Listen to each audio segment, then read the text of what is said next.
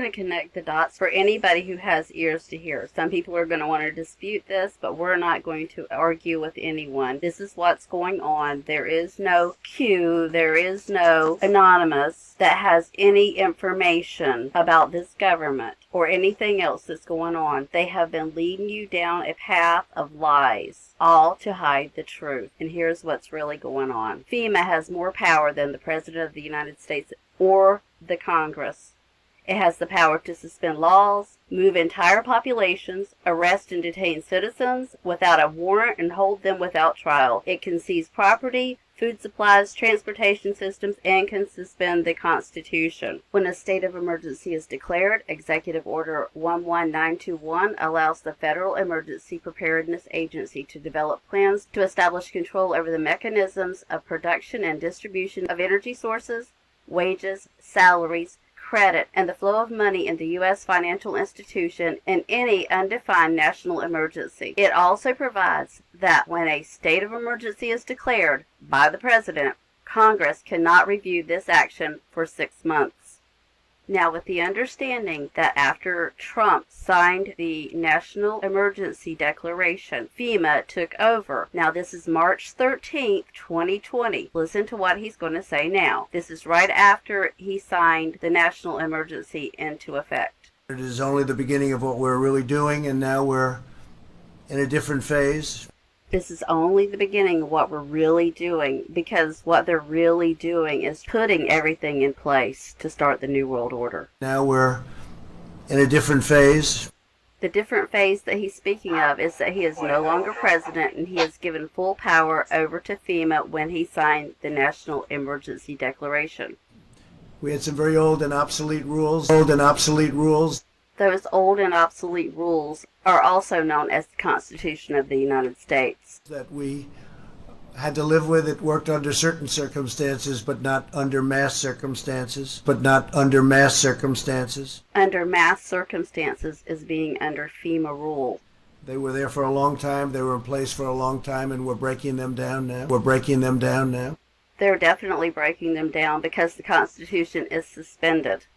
And they're very usable for certain instances, but not for this.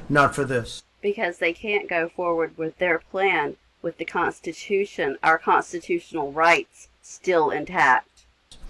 To unleash the full power of the federal government. In this effort today, I am officially declaring a national emergency. So he is officially telling us in a coded message that we are now under the rule of FEMA, no longer having a president.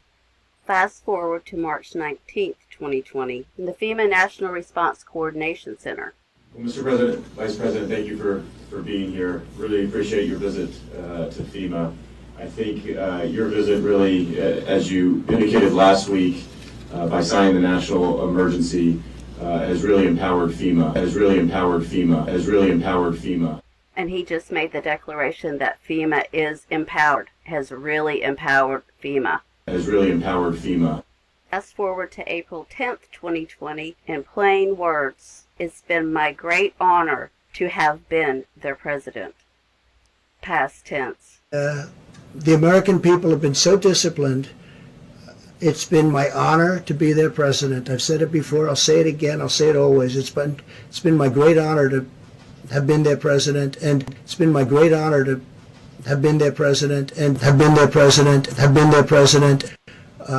I have a big decision coming up, and I only hope to God that it's the right decision, but it'll be based on the input from a lot of very talented people, very smart people, and people that love our country. Thank you all very much. Thank you. He actually will not be making any more decisions. This group of people that he says will be helping him make decisions are the ones that are making decisions now, because it is FEMA that is making the decisions. And as you can hear in this live briefing, Trump obviously does not know what's going on, because he said, you should have let us know, when Mike Pompeo said, we're in a live exercise. Pompeo says this is a live exercise. And what you'll hear in the background is Donald Trump say, you should have let us know. This is not about retribution. this matters going forward. We're in a live exercise here to get this right. We need to make sure that even we're in a live exercise here to get this right. We're in a live exercise here to get this right. We're in a live exercise here to get this right. Does he sound like a man that's in control of anything anymore? He just looks like he has just lost his best friend in all of these videos that we're seeing now ever since he signed the National Emergency Declaration. I'm sure most of us thought that FEMA was created to help people in disasters. But here's the truth about FEMA. FEMA was created in a series of executive orders. A presidential executive order, whether constitutional or not, becomes law simply by its publication in the Federal Registry. Congress is bypassed. Executive Order 12148 created the Federal Emergency Management Agency that is to interface with the Department of Defense for civil defense planning and funding. An emergency czar was appointed.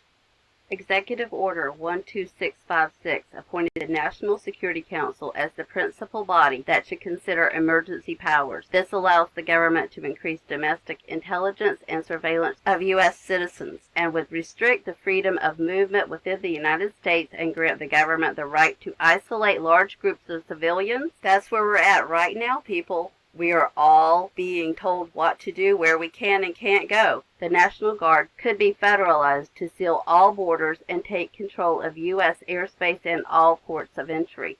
Executive Order 10990 allows the government to take over all modes of transportation and control of highways and seaports. Executive Order 10995 allows the government to seize and control the communications media. Executive Order 10997 allows the government to take over all electrical power, gas, petroleum, fuels, and minerals. Executive Order 10998 allows the government to take over all food resources and farms. Executive Order 11000 allows the government to mobilize civilians into work brigades under government supervision. Executive Order 11001 allows the government to take over all health, education, and welfare functions. Executive Order 11002 designates the Postmaster General to operate a national registration of all persons.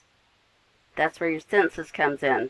Executive Order 11003 allows the government to take over all airports and aircraft, including commercial aircraft. Executive Order 11004 allows the Housing and Finance Authority to relocate communities, build new housing with public funds, designate areas to be abandoned, and establish new locations for populations. Executive Order 11005 allows the government to take over railroads, inland waterways, and public storage facilities. Executive Order 11051 specifies the responsibility of the Office of Emergency Planning and gives authorization to put all executive orders into effect in times of increased international tensions and economic or financial crisis.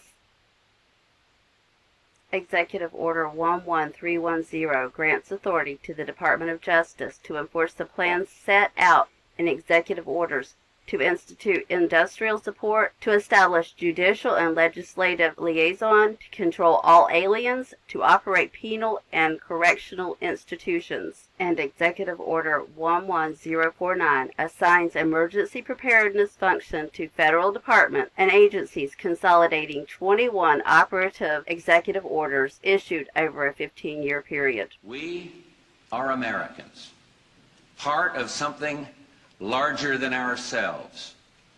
For 2 centuries, we've done the hard work of freedom, and tonight we lead the world in facing down a threat to decency and humanity. What is at stake is more than one small country. It is a big idea, a new world order, where diverse nations are drawn together in common cause to achieve the universal aspirations of mankind: peace and security, freedom, and the rule of law. Such is a world worthy of our struggle and worthy of our children's future. We have before us the opportunity to forge for ourselves and for future generations a new world order, a world where the rule of law, not the law of the jungle, governs the conduct of nations. When we are successful, and we will be, we have a real chance at this new world order, an order in which a credible United Nations can use its peacekeeping role to fulfill the promise and vision of the UN's founders. Hopefully this has opened some of your eyes so that you can see where we're at in this timeline. This is true. This is what's going on. These are facts. Y'all have a blessed day.